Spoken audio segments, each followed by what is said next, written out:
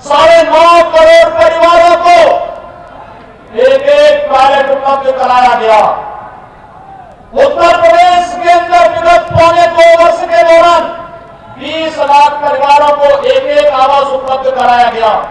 1 करोड़ परिवारों को निःशुल्क विद्युत कनेक्शन और 1 करोड़ परिवारों को उज्ज्वला योजना में रसोई गैस के कनेक्शन उपलब्ध हुए और 2.5 करोड़ परिवारों को उत्तर प्रदेश के अंदर एक टॉयलेट उपलब्ध कराने का कार्य हुआ। इसके लिए जाति नहीं देखी गई, हमने जाति नहीं देखी, क्योंकि मोदी जी का स्पष्ट कहना था कि हम जाति के आधार पर योजनाएं नहीं काट सकते, लोकतंत्र के साथ मजाक होगा, भारत के संविधान के प्रति मजाक होगा और इसलिए गांव को, गरीब को, किसान को, नौजवान को, महिला को, व्यापारी को और समाज के हर वंचित को शासन की योजनाएं मिलनी चाहिए। और जहां इन योजनाओं को दिया गया वही मित्रों विकास की योजनाओं को किस द्रुत गति के साथ आगे बढ़ाने का कार्य हुआ है। आज बन रही सड़कें, विद्युत वितरण में हो रहे भेदभाव को समाप्त करके समान रूप से विद्युत वितरण का कार्य जहां हुआ वहीं साथ ही साथ कानून व्यवस्था के मोर्चे पर आपने देखा होगा पश्चिमी उत्तर प्रदेश में हर दूसरे दिन एक दंगा होता था। आज दंगाई कहां चले गए हैं हर व्यक्ति जानता, दंगाई सब गायब हो गए हैं। कल अपने गले में तख्ती लटका करके चलते हैं और आज कहते हैं हम दंगा नहीं करेंगे, हम ठेला लगा करके अपना गुजर बसर करेंगे, लेकिन समाज में किसी बहन बेटी की इज्जत के साथ खिलवाड़ भी नहीं करेंगे, पर्व और त्योहारों में व्यवधान भी नहीं डालेंगे। पहले तो पर्व और त्योहारों में सपा की सरकार रही हो या बसपा की सरकार, ये स्वयं व्यवधान डालती थी। आपके पश्चिमी उत्तर प्रदेश में कावड़ यात्रा नहीं निकलने दी जाती थी। आपके इन क्षेत्रों में कोई भी पर्व और त्योहार शांतिपूर्ण ढंग से नहीं मनाने दिया जाता था।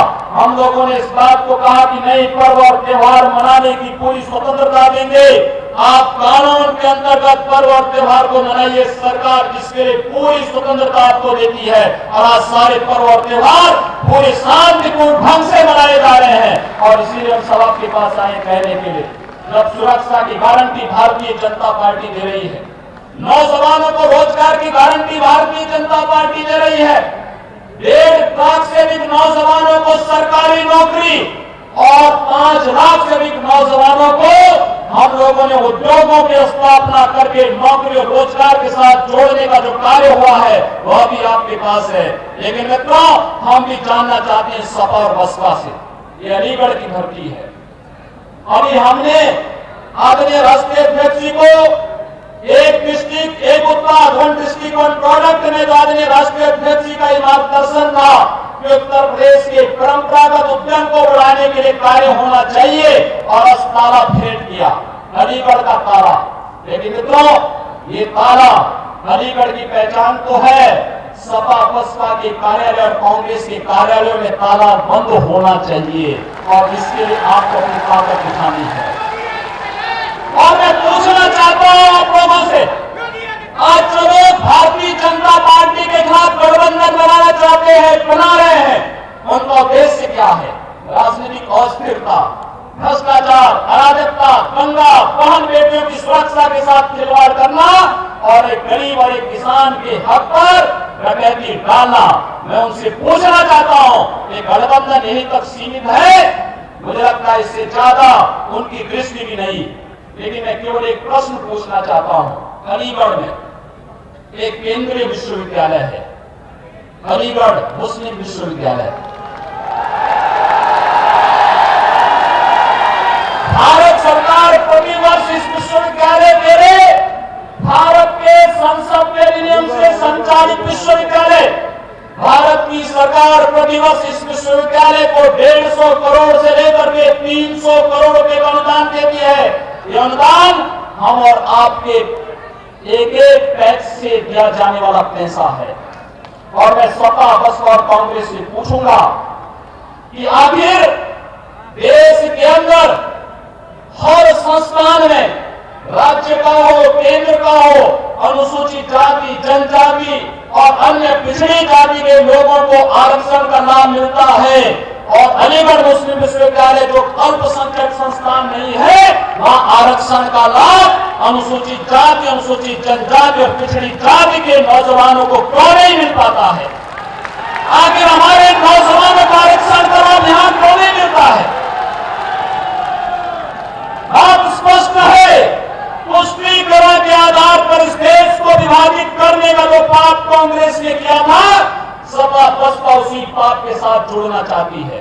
और पूछना चाहिए अनुसूचित जाति, अनुसूचित जनजाति और अन्य पिछड़ी जाति के लोगों को जो विशेष प्रावधान किए गए हैं, उस प्रावधान के बारे में आखिर अलीगढ़ मुस्लिम विश्वविद्यालय आए, इसके लिए सपा बसपा कांग्रेस इनके द्वारा क्या किया जा रहा है, ये इसके बारे में अपनी राय को बता दें। ये बताएंगे नहीं, क्योंकि जब इनको चिन्हित करना होगा, आपके हकों पे आपको बांटने के लिए जाति के आधार पर जरूर बांटेंगे, लेकिन जब आपके हक की बात आएगी, ये सारे के सारे लोग अपने आप बैक फुट में आते हुए दिखाई देंगे।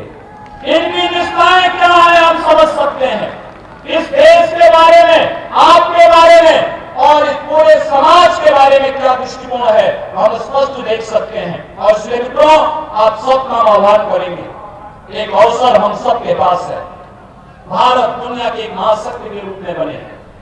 आदरणीय प्रधानमंत्री जी दुनिया के अंदर जहां कहीं जाते हैं, जिस प्रकार से सम्मान होता है, पूरा देश और उस देश के राष्ट्राध्यक्ष जिस प्रकार से पलक पाड़े बिछा करके स्वागत के लिए भारत के यशस्वी प्रधानमंत्री का स्वागत करते हैं, भारत की 125 करोड़ जनता का सम्मान उससे बढ़ता है, भारत का गौरव बढ़ता है। हम लोग आज इस बारे में देख रहा था, 21 से 23 जनवरी को वाराणसी में 15वां प्रवासी भारतीय दिवस आयोजित हुआ और 15वां प्रवासी भारतीय दिवस के अवसर पर दुनिया के 7,000 प्रवासी भारतीय आए थे। उन प्रवासी भारतीयों से जब मैंने पूछा कि आखिर क्या अंतर आया है मोदी जी के पहले और मोदी जी के आने के बाद, उन्होंने कहा साहब आज हम दुनिया के अंदर कहीं भी जाते हैं, कहीं भी रह रहे हैं, एयरपोर्ट पर जाते हैं, किसी सार्वजनिक कार्यक्रम में जाते हैं, लोग हमसे पूछते हैं क्या तुम उस भारत के रहने वाले हो जहां के प्रधानमंत्री मोदी जी हैं? तो हम सब भी गौरव से हमारा सीना फूलता है कि हमारी पहचान अपने प्रधानमंत्री के नाम पर हो रही है, हमारी पहचान अपने प्रधानमंत्री के नाम पर हो रही है।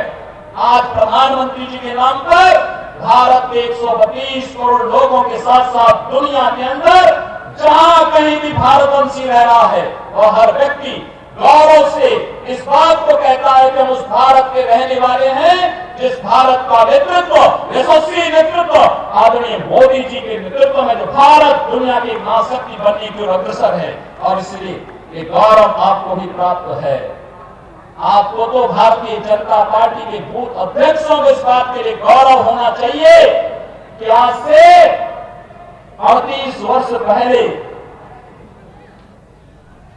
गुजरात के एक बूथ का अध्यक्ष आज भारतीय जनता पार्टी का राष्ट्रीय अध्यक्ष बनकर के आपको संबोधित करने के लिए यहां पर आया है। एक गौरव ये भारतीय जनता पार्टी में ही संभव हो सकता है कि बूथ अध्यक्ष राष्ट्रीय अध्यक्ष बन सकता है, एक सामान्य कार्यकर्ता प्रधानमंत्री बन सकता है। क्या ये कांग्रेस में संभव है? क्या ये बसपा में संभव है? क्या ये समता में संभव है? तो फिर जब ये वहां संभव नहीं, तो क्यों हम समाज को जागरूक नहीं कर पाते? अपनी ताकत का एहसास कराइए, एक एक बूथ को संभालने और जो अभियान चल रहे हैं, मेरा बूथ सबसे मजबूत, मेरा परिवार भाजपा परिवार, यह भाव लेकर के अभी से हम अपनी तैयारी करेंगे। 2019 आपका इंतजार कर रहा है और भारतीय जनता पार्टी अपने राष्ट्रीय अध्यक्ष के द्वारा बताए गए 74 परस के लक्ष्य को उत्तर प्रदेश के अंदर प्राप्त करेगा। यह एक सत्संकल्प हम सबको लेना होगा कि 74 से अधिक सीटें भारतीय जनता पार्टी उत्तर प्रदेश के अंदर जीतेगी। इस विश्वास मैं एक बार पुनः राष्ट्रीय अध्यक्ष जी का हृदय से अभिनंदन करता हूं, आप सभी कार्यकर्ताओं का भी हृदय से अभिनंदन करता हूं। धन्यवाद। जय जय श्री राम।